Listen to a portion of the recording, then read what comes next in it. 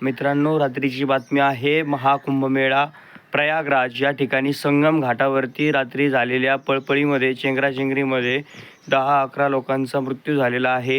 हिंदूंसाठी ही खूप वाईट गोष्ट आहे आणि त्यामुळेच जे स्नान होतं, अभ्यंग स्नान, त्यावरती देखील बंदी घालण्यात आलेली आहे. जे अमावस्येच्या दिवशी केलं जात होतं आज सकाळी सगळे साधू पुरुष त्या स्नानासाठी जाणार होते, परंतु अशी घटना घडल्यामुळे त्यांना थोडंसं बाजूला त्यापासून ठेवण्यात आले. त्याच्यावरती बंदी घालण्यात आलेली आहे आजच्या स्नानावरती.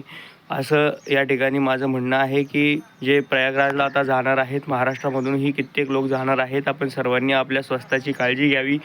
खूप गर्दी आहे. अशा गर्दीच्या ठिकाणी चेंगराचेंगरी होण्याची दाट शक्यता असते आणि अशा वेळेस आपला जीव धोक्यात जाणार नाही याची दक्षता सगळ्यांनी घ्यायची आहे.